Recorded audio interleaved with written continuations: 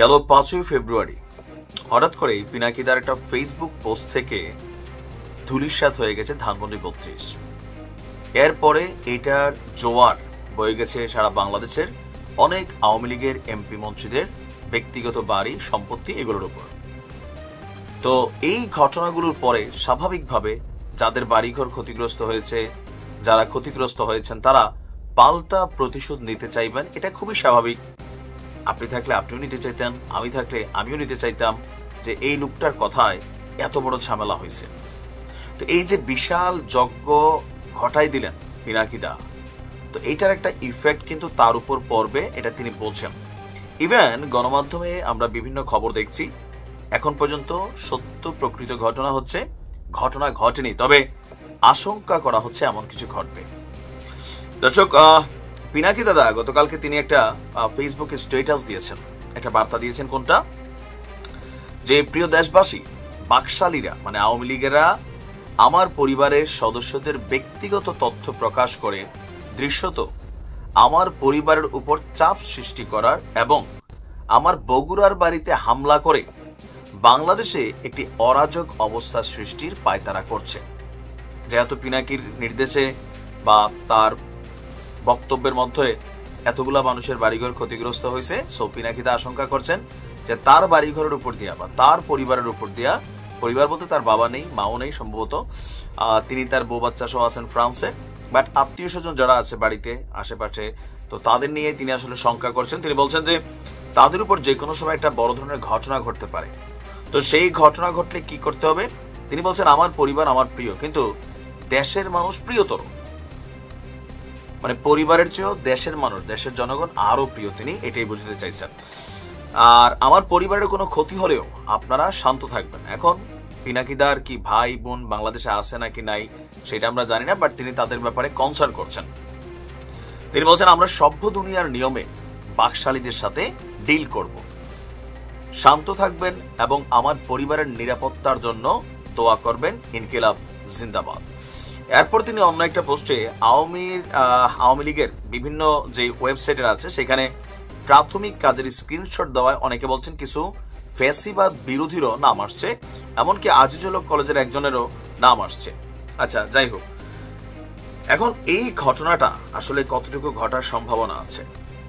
প্রকাশ্যে দিনের আলোতে পিনাকির বাড়ির সীমানায় এই মুহূর্তে কেউ হাঁটবে, বাড়ির কাছে দিয়েও ছাত্রলীগ, আওয়ামী লীগ, যুবলীগ, এটা কল্পনা করা যায় না। তবে হ্যাঁ, রাতের আধারে ঘটনা ঘটতে পারে। আর আমার নিশ্চিত ধারণা যে বগুড়ার যারা লোকাল বৈষম্য বিরোধী নেতারা আছেন, জাতীয় নাগরিক কমিটির টিম আছেন, বা আইন শৃঙ্খলা বাহিনী পুলিশ আছেন, গোয়েন্দারা আছেন, প্রত্যেকেই তার বাড়ির নিরাপত্তা নিশ্চিতে কোথাও না কোথাও অবশ্যই কাজ করছে। তবে এই মুহূর্তে এমন কোনো ঘটনা ঘটবে বলে আমার ধারণা, এই সাহস আওয়ামী লীগ করবে না এই মুহূর্তে আর কি। কারণ এমনিতে যে অপারেশন ডেভিল হান্ট চলছে, সো ডেভিল হান্টের মধ্যে আমরা দেখছি যে সারা বাংলাদেশে আওয়ামী লীগের বিভিন্ন পদে থাকা নেতা কর্মী তারাই ডেভিল হিসেবে চিহ্নিত হয়েছেন এবং তাদেরকেই গ্রেপ্তার করা হচ্ছে। সো এই গ্রেপ্তার ধরপাকড়ের মধ্যে পিনাকিদার বাড়িতে আক্রমণ করবে এটা আমার মনে হয় না। আবার এখানে দেখেন বাংলাদেশে হয় কি মাঝে মাঝে যে আওয়ামী লীগ আক্রমণ করবে একটা নিশ্চিত অবস্থান তৈরি হয়ে আছে, এটার অ্যাডভান্টেজ আবার অন্য কোনো থার্ড পার্টিও নিতে পারে।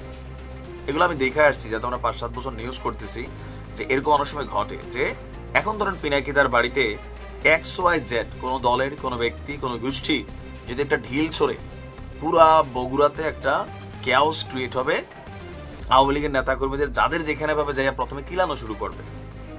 আবার এটা আওয়ামী লীগ ছুড়ুক আর না ছুড়ুক, কারণ কি সবার ধারণা আওয়ামী লীগ একটা ঘটনা ঘটাবে। আওয়ামী লীগের নেতা কর্মীরাও বৈশা আছেন যে এরকম খবর একটা কখন শুনবেন, বা যারা ফ্যান ফলোয়াররা আছেন। তো এটার একটা ডিসঅ্যাডভান্টেজ অন্য কেউ নিতে পারে।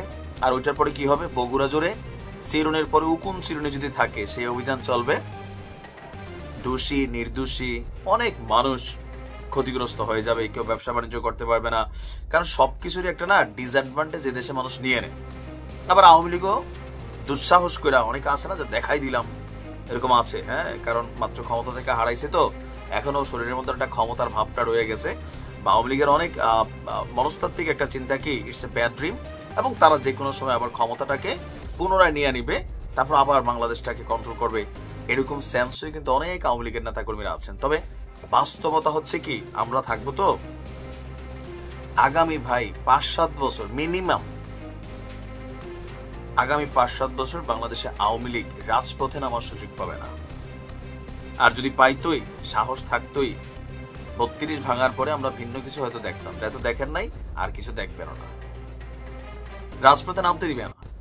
যেমনটা আমরা দেখেছি আওয়ামী লীগ সরকারের সময়, যে হ্যাঁ মিছিল করবা, শান্তি মিছিল করবা, ঠিক আছে, কিন্তু কোনো প্রতিবাদ বিক্ষোভ কর্মসূচি করতে গেলেই ধরপাকড় ছিল। এটাই ছিল বাস্তবতা।